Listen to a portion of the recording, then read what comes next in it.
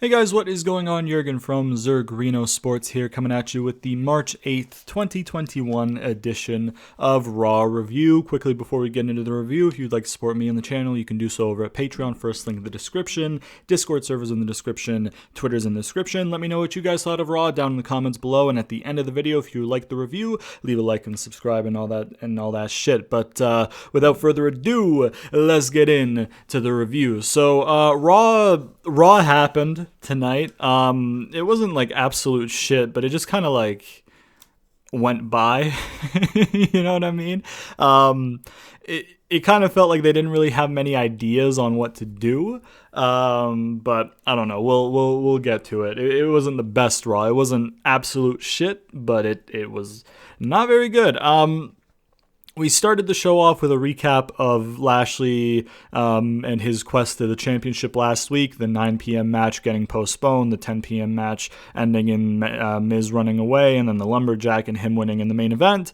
And then we had a shot of the Hurt Business arriving backstage, and Lashley is asked for an interview. Where he says he's a happy man. He's been through a lot, and it's been enough to break a normal man, but he's not a normal man. He's the Almighty.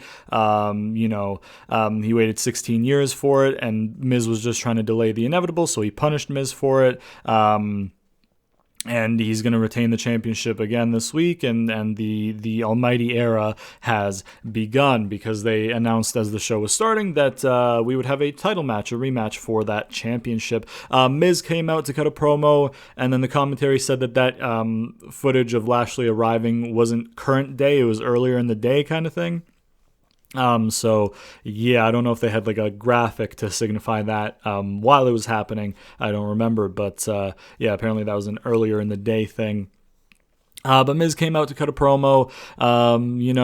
Did he expect to get his ass whooped last week? Yeah. Did he expect to lose the title? Nope. But Shane pulled a fast one on him. You know what I'm saying? You know what I mean? Everything. Even after everything he's done for the company, all the press events, all this and that and this and that, he does not take vacation. He does not get injured. So when he says he's not 100% and his body's not right, people should believe him.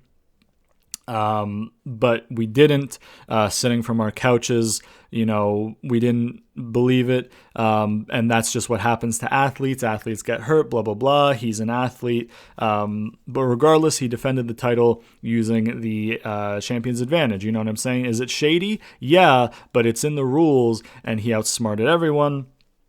He talks about how his contract stated that he had to defend the title, which he did, but it didn't say that he had to defend the title twice in one night, but he was forced to. He felt threatened physically and whatnot, because it would have been stripped and awarded to Lashley if he didn't defend. And Shane even made it a lumberjack match to add on to the what he feels is injustice, I guess. He says last night was unfair. He says that it was unfair that Lashley brutalized him after the match and is not facing repercussions. But the WWE did do one thing right, and that was giving him a rematch tonight. He says he saw on Twitter and social media and stuff how everybody was celebrating Lashley's win. So everybody should stay tuned, because there's going to be a new hashtag tonight, and that hashtag is going to be "and new," because I'm The Miz and I'm awesome. Then we go to commercial, and then we come back for the match. So we started the show off with the WWE title match there. Lashley versus Miz. Lashley, when he made his entrance, he had a really cool bit to his entrance where they brought down some like lightning, and then they played like a video package of him just destroying people, pretty much, with like the gold tint from the Hurt Business, style, before his actual theme played and he came out. And I loved it, because it makes him feel like even bigger of a deal than he does, because he already feels like a big deal. He felt like a big deal before he won the title. Now he feels like a huge deal because of the title and because of how he's been booked. And then now you have the presentation working in his favor to make him stand out even more and make him seem like more of a big deal, which is fantastic, because he's great. He's doing some of the best work of his career right now. In WWE, it's his best work. I think maybe I preferred Walking Armageddon in TNA a little bit more when he won all the titles and shit shit like that. Even the X Division title and stuff, like he had all the titles in the company or something. Maybe that's just the mark in me liking that a little bit better, but this is the best work of his career WWE wise for sure, and arguably the best of his career full stop. You know what I mean? Because in some aspects it's better than what he did in TNA, really. So it's an opinion thing, but yeah, he's a huge deal. He should be treated like a huge deal, and that extra bit to give him like that new facet, I guess, of that entrance is really, really good. Drew was watching backstage. They showed that. The match started with Miz trying to avoid Lashley as much as possible. And then, no shenanigans really. Lashley just ends up winning the match with the Hurt Lock and defending the championship. Which is absolutely the right call. You know what I mean? You would pretty much just ruin Lashley if Miz beat him clean or with interference or anything. If Miz beat him at all in a singles match, even in a tag match, really, Miz should not be beating Lashley in any way, shape, or form. So luckily, they did do the right decision. They had him defend the WWE Championship, and a good way to start off the show there. The match quality itself was good for what it was. There's a bit of a ceiling to a match that, has Lashley versus Miz in it. And I'm not saying that it's a low ceiling. I'm just not saying it's as high of a ceiling as, say, like Bryan and Jay on SmackDown the past couple weeks, or like a Cesaro versus Daniel Bryan match. The ceiling for those kinds of matches is a lot higher than the ceiling for a Miz and Lashley match, just because of styles and just because of how good they are in the ring and stuff like that. And again, I'm not saying it's a low ceiling. I'm just saying it's not the highest ceiling in the company. So you could only get so good of a match. And they pulled out a good match to start off the show. Lashley winning is the right call, absolutely. Love the new presentation for Lashley. So this was a good start. The promo was a bit long from Miz. He didn't need to recap what got recapped in the video package, because that's what his promo did. The video package literally laid out what happened last week. He's like, oh, yeah, I had stomach cramps, and then this and that, and then this and that, and then this and that. Like, yeah, they just played a video package recapping it, Miz, like 5 minutes ago. Like, you know what I mean? Which, honestly, I think they were kind of struggling for time tonight. Because there were multiple points throughout the show where, like, either somebody was like stalling for time or something, because it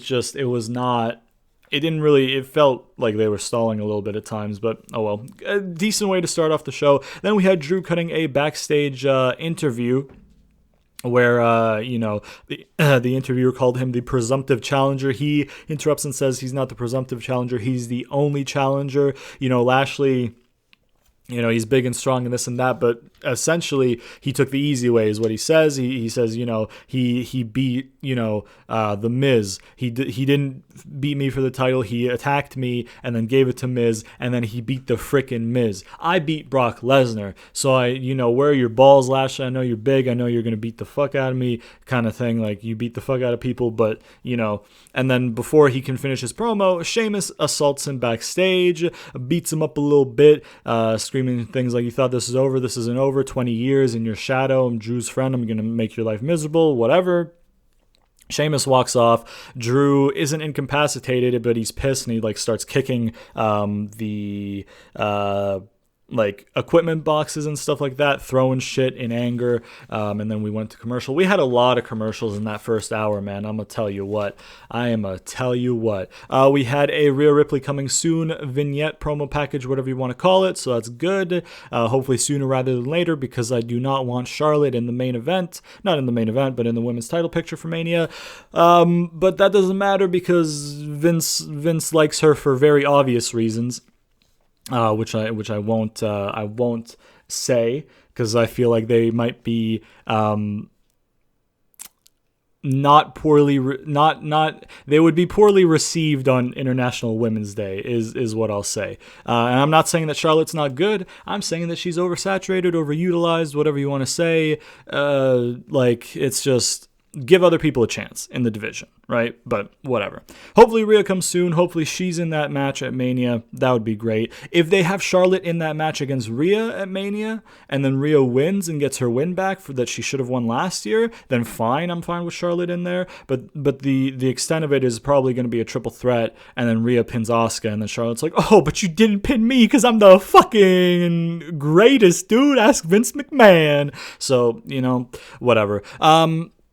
Drew was walking around pissed off backstage. Adam Pearce walks by. He's like, hey, listen, don't talk to me. I'm not your friend tonight. Set up Drew versus Sheamus, or set up me and Sheamus tonight in the match. No disqualifications. Get it done. And then kind of storms off. Then we had a backstage segment between Braun and Truth. Throughout the night, it had been advertised that Braun would be demanding an apology later on in the night.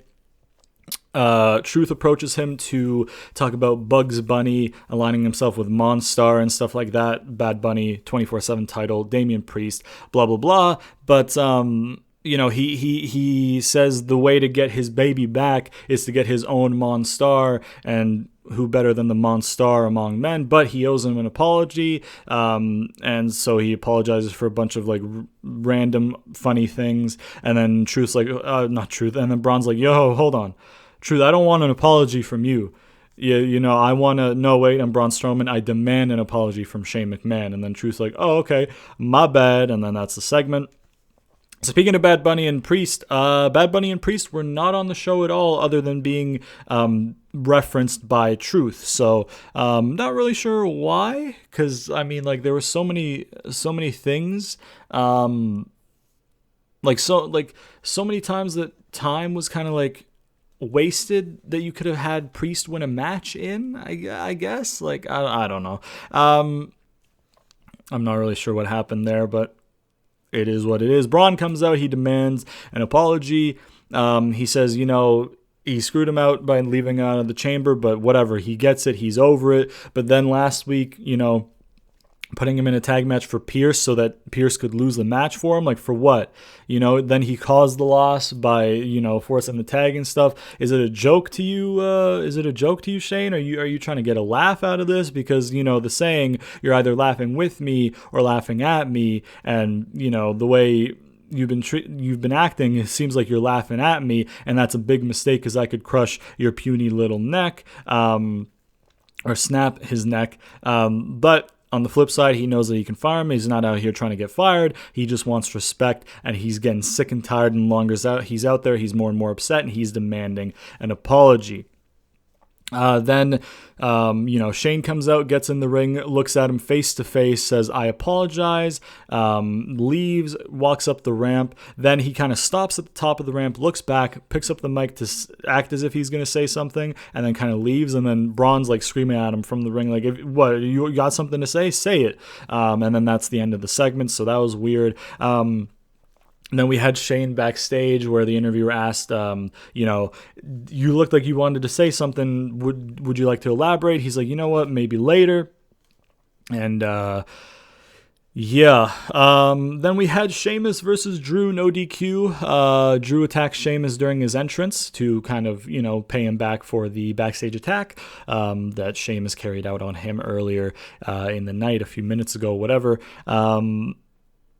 The match was good. It was hard hitting. It was no DQ, so we got some cool chair shit. There was a Future Shock DDT onto the chair that Sheamus kicked out of and stuff like that. But the finish to the match came with a double step spot where both of them put the steps up in front of them and then ran at each other. They collided. Drew got sent over the barricade as a result of the collision. Sheamus got laid out. The referee checks both of them to see if they can continue. Neither of them really respond to him, so he calls off the match. I guess officially it would be a no contest finish, or because it can't be a double count out because there's no count out unless you consider count out as in not answering the 10 count of getting up, even though he didn't use a 10 count to get up. But, if nobody's responding, then you're kind of whatever. So referee stoppage, I guess, could be the result of the match. I don't think anybody won, I guess, on the score, on the record books. There was no winner to the match, I don't think.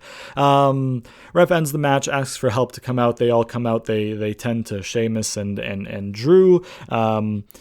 And the match went a decent length. The match was good. It was hard hitting, like I said. Two big dudes beating the shit out of each other. Always love to see it. The finish is fine by me because it shows, animosity. If they were willing to not only if they were willing to put themselves in that much danger to inflict damage on the opponent, it kind of shows the animosity that they have. And I think what they might try to be doing is like extend this to have them have a match at Fastlane for the number one contendership or something like that. But we'll have to see if that is what they're doing. The match was good. I didn't mind the finish. The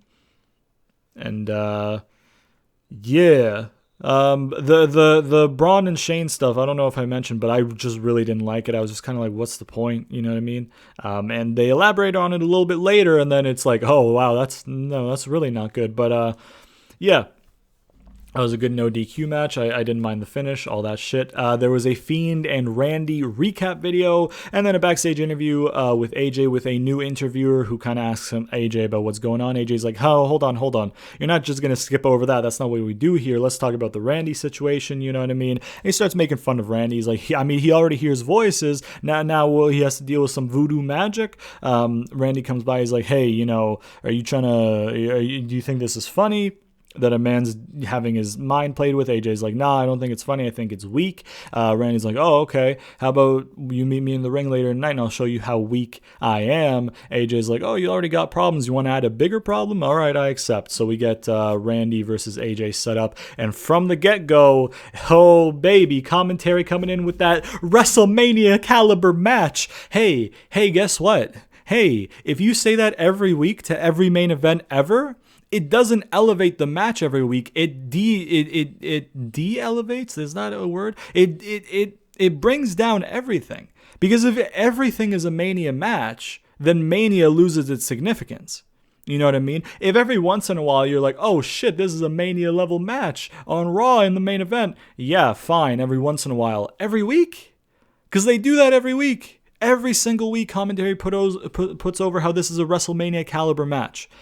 Like, brother, if you do that every week, what's the point of watching WrestleMania? You've got WrestleMania on Raw every week. It devalues WrestleMania. It makes WrestleMania not special. You know what I mean? If it's just fucking Vince, man. Anyways, the backstage interview was fine. It was just there to set up AJ and Randy. That's fine. Then we had Woods versus Shelton Benjamin. It is announced that next week the New Day get a tag team title shot. If they win, I'm going to be very upset. I was upset today because Woods rolled up Shelton. The match itself was fine. I mean, Woods is good. Shelton's very good. Singles match before the title shot next week. Basically, Shelton was talking shit with Kofi at ringside, and then Woods rolled him up kind of thing and got the win. I don't like that the Ali and Mustafa... what the fuck? I was going to say Ali and Mustafa Ali stuff. The Kofi and Mustafa Ali stuff, I don't like that they just dropped that randomly.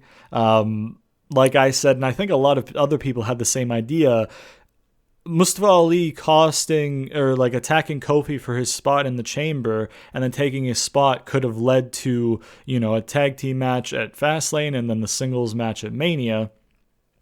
But obviously they dropped that because... whatever. Then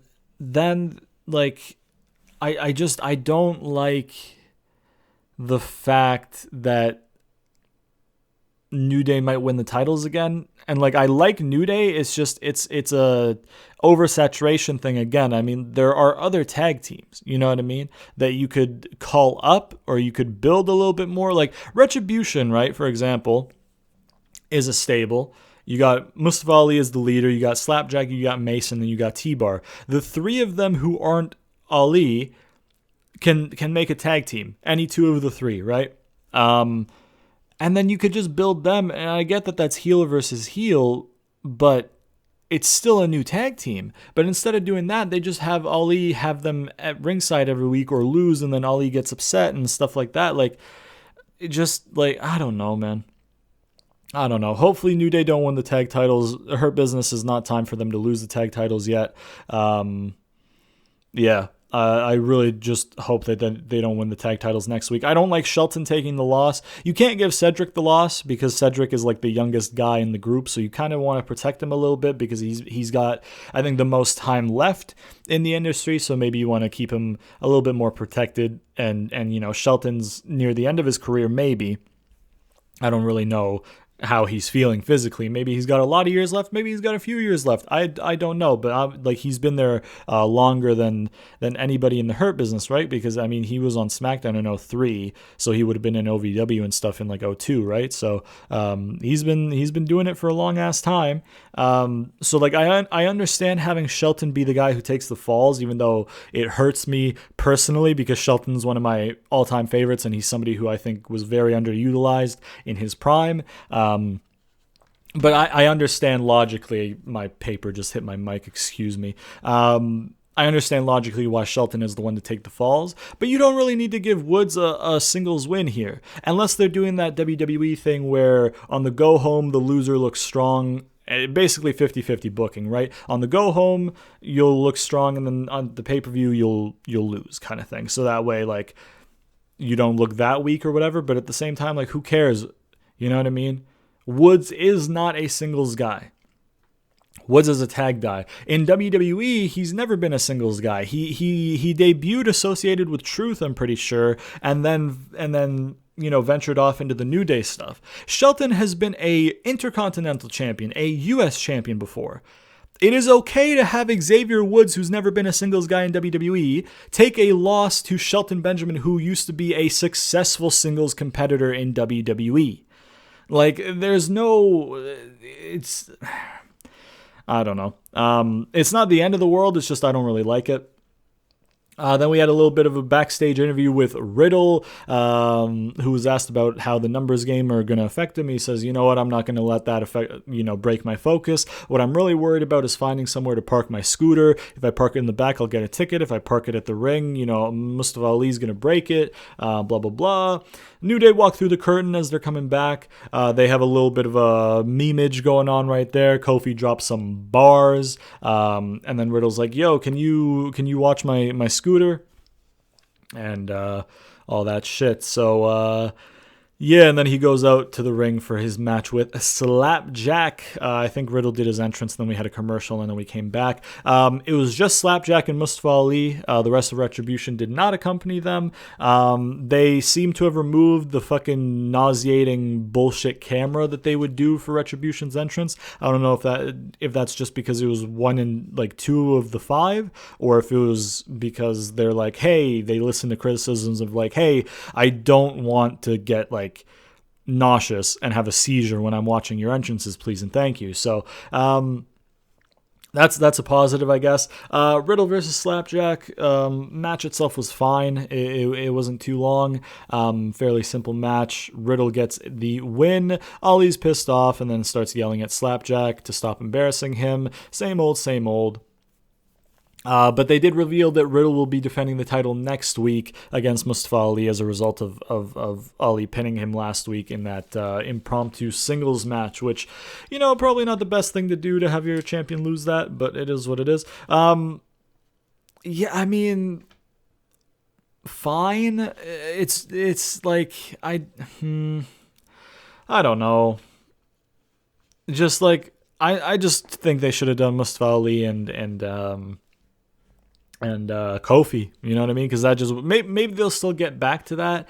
Maybe we have like Ali loses his U.S. title match or something, and then screws Kofi and Woods or something like that, and then they're like, "Oh, you thought I was done with you? Haha, not a chance, bitch. Got him," or something. I don't really know, but yeah, I don't know.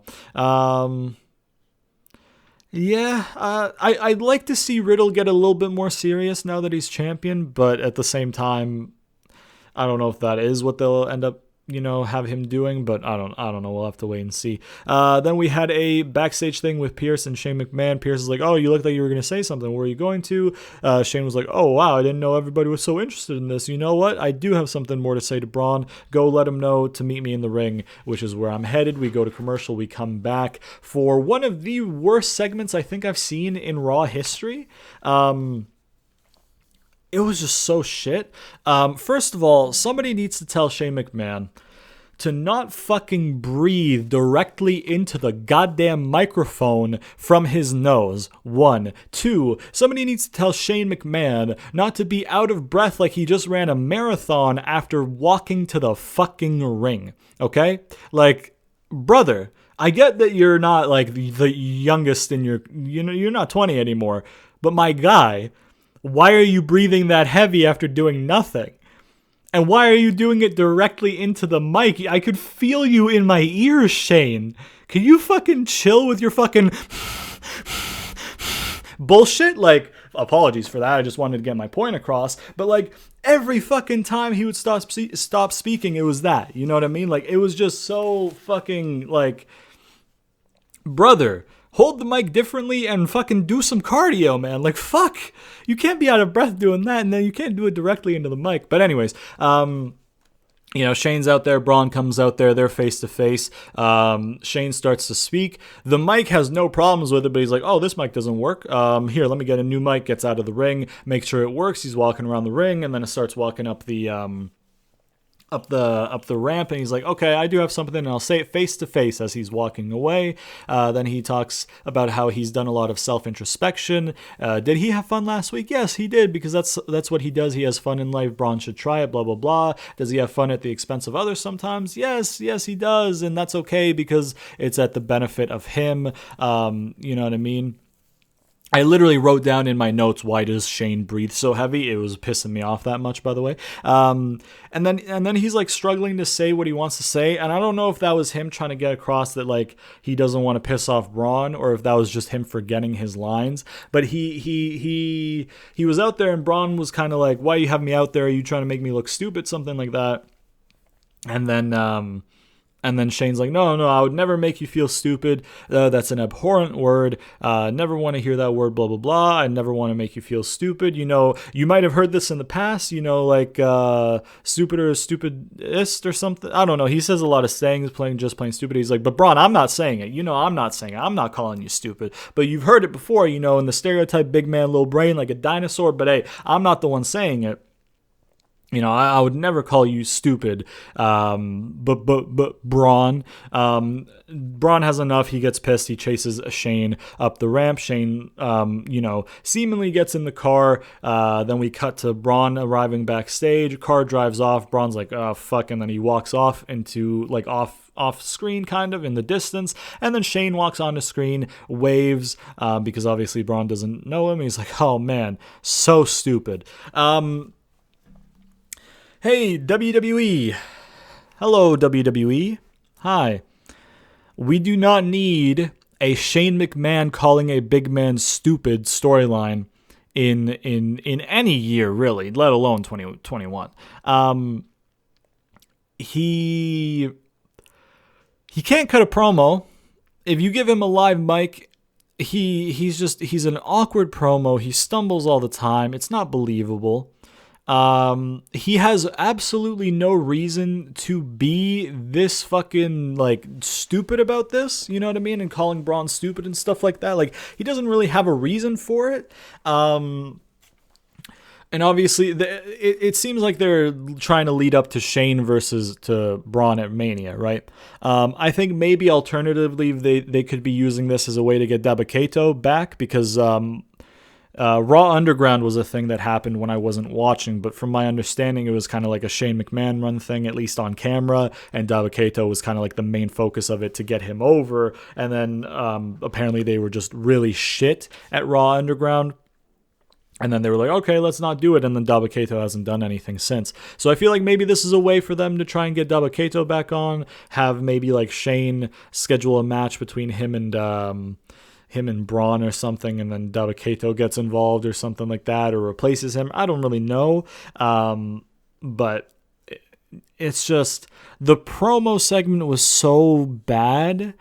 The idea of Shane and Braun taking up space at Mania is so bad. Like, I just... awful segment. Really just absolutely garbage. I don't know if Shane is just a shit promo or if he forgot his lines or both in that instance, because it seemed like he forgot his lines or he was just not saying his words because they knew they were short for time, and then they were like, okay, well, you know what I mean? We're running, we're ahead of schedule or something, so just go out there and stall. I don't know what it was. It just was not good. It was not good. Then we had Lana and Naomi versus Shayna and Nya with Reginald for the tag team titles. Nya cuts a promo during their entrance to be like, hey, this is a sommelier out of luck. Carmella fired him. Sasha slapped him, but I know my way around some good wine. So I got him here with me at ringside. Isn't he cute? I mean, okay, why?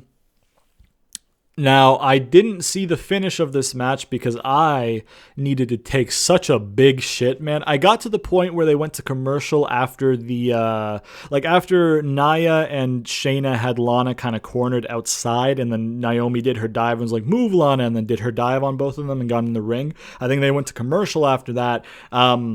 I watched up until that point of the match, and then I was just like, brother, if I don't go take a shit right now, I'm gonna shit all over my chair, and I don't want that. I'd rather just miss parts of the match if I have to. And I missed the finish. Apparently it was a short match, because when I went on Twitter to see what the result was, everybody was like, wow, that was such a short match. And I was like, okay, well, then it must have ended like shortly after the thing. I think maybe there was Reginald interference or something like that. But again, I don't know because I had to go take a shit and I wasn't watching. I also missed a Randy backstage interview because I sat down, I got my headset back on, and I heard him say RKO, and then it had like a logo of like Up Next or something, or Later Tonight or something like that. And then that was it. So I missed the promo, presumably talking about AJ and then maybe Fiend and stuff like that. Then we had a Mandy and Dana backstage interview where they were asked if, with Mania coming up, if they were interested in getting title shots. They're like, yeah, of course we did. We didn't go out to the ring like Charlotte and, declare it. But yeah.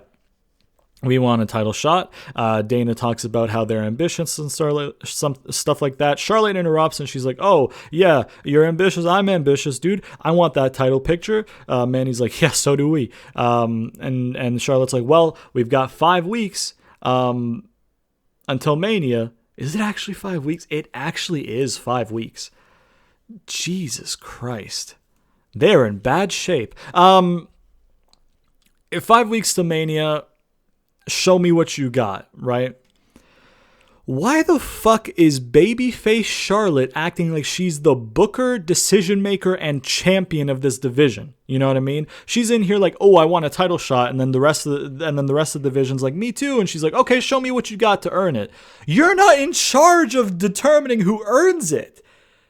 Why are they booking her like that? She's not the be-all, end-all of the division, man. I understand that Asuka is legitimately hurt because of the kick from Shayna that went wrong a little bit, knocked a tooth out, all that shit. I understand that, so you can't have Asuka there and whatever. I get it. But that doesn't mean you have babyface Charlotte kind of act as her replacement until she's back. Have her try to win some matches to earn a shot, brother. Have Mandy... Just have a tournament. Just have a fucking tournament, brother. Just have a fucking tournament. Just a quick little tournament. Finals at Fastlane. The winner of the match at Fastlane gets the shot, blah, blah, blah. And then whatever. You could debut Rhea in the tournament, have her win the tournament. Asuka versus Rhea at Mania, perfect. But they're not going to do that because Charlotte has to be in the fucking shot in the match for the title at WrestleMania because Vince fucking McMahon and all that shit. Charlotte pisses me off, man. Charlotte pisses me off, dude. The way she's booked, the way she cuts her promos, the way that in interviews outside of it, she doesn't seem like she fucking sees a problem with her being oversaturated and overpushed to the moon. Like, for some reason, she deserves it more than anybody else who's worked their fucking ass off and didn't have Ric Flair's name to fucking hang on to, which obviously she didn't get over purely based on Ric Flair's name. She's a fantastic wrestler. I'm not taking that away from her. She's a okay heel promo. She's a horrible face promo, but as a heel promo, she's decent. In the ring, she's one of the best, right? I'm not trying to take that away from her. But you have certain doors open for you when your dad is Ric Flair, right? When, you know what I mean? And okay, sure, it's not your fault that you used that advantage. Everybody would use that advantage. If I have that advantage, I'm going to use it, right? But you can't go out here and act like you deserve it more than anybody else in the roster and how nobody else should have the fucking main spot because it's your spot. Like, fuck, she pisses me off, man. Fuck. Okay. Anyways, I'm gonna move on because I don't want to be in this mad state for too long because she really pisses me off. I just don't like it from a kayfabe point of view. Moving past, how in interviews she doesn't really be like, oh yeah, I'd love other women to get a chance. She never does that. She's like, I mean, they got to be as good as me. You know what I mean? It's like, okay, I mean, some of them are. And you know what I mean? You've fucking gotten a million fucking titles in a short amount of time, brother. But anyways, from a kayfabe perspective, I really don't like how they're having her be like the person who's like booking it. You know what I mean? Like having a baby face, because she's still a baby face, having a baby face, tell other people in her division, right? She doesn't run the division. She's in the division. She says she wants a title shot, but she hasn't earned one. She's just asking for one, right? So theoretically, a babyface, contender would want to earn their title shot and be like, oh, hey, you guys want a title shot. I want a title shot. Let's wrestle for it. I want to prove myself. I want the title shot. You want to prove yourself. You want the title shot. Let's have a match. Whoever wins gets it or whatever, right? That's what a babyface would do. However, what they have her doing is, hey, if you impress me enough, you might get a title shot. You're not who they need to impress. You're not the booker. You're not the measuring stick. You're not the champion. You're not whatever. Okay, you're a babyface contender. Fucking act like one. Okay, and that's on the writers, and that's on everything, and that's on how she delivers her promos, and that's just fucking shit, man. We had an AJ backstage interview. In Gorilla before he came out, where he was asked, if he listened to Randy's interview earlier and if he had regretted anything that he said earlier in the night. And he said no, he doesn't regret it. But Randy shouldn't be focused on AJ. Randy, all this shit happening to Randy is because of, Bray Wyatt or The Fiend or Alexa. He doesn't know who's at fault or who's behind it. But, Randy shouldn't be focused on AJ. He should be focused on them. And by kind of mixing everything together, he's going to get a loss tonight kind of thing. And then he makes his way for his entrance. Then we got AJ versus Randy in the main event. Went about like 10, 15 minutes, I think, so it was decent length. The match itself was good, some decent psychology, AJ working the leg, Randy doing his best to protect the leg after it was, worked on for a little bit. And then to finish, Alexa pops up on the screen with the Jack in the Box. She's rotating the lever or the handle or whatever, and then the jingle's going. She stops it and she whispers, "Not yet." Puts it down. She picks up a match, lights the match, blows out the match towards the camera. Fire shoots out of the ring posts. And then Randy starts coughing up that black liquid, the black blood, and then that gives him, that leaves an opening for AJ to do the phenomenal forearm. AJ wins the match, and then afterwards Alexa Bliss is laughing on the screen, on like all the screens, I think, or maybe just the Titantron, laughing maniacally, laughing like the sinister evil laugh, and then Randy was in the ring looking like pissed off and like, fuck this, man, not again, you piece of shit kind of look. After yet another, interference, distraction, whatever from Alexa Bliss and stuff like that. So the match quality was good. I think AJ winning is fine.